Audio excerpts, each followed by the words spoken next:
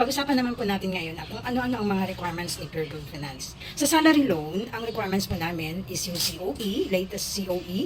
Pag sa BPO po, depende, may validity lang po yung mga COE nila. Sa the next po, 1 month payslip.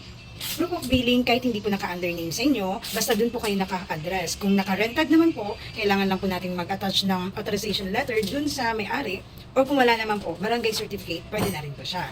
Company ID po, back to back. Valid ID, any valid ID po, basta kung ano po yung pirma na ginagamit nyo, mas maganda po sana, same lang din dun sa pirma dun sa valid ID na ipapasa po natin, para wala pong magkaroon ng conflict.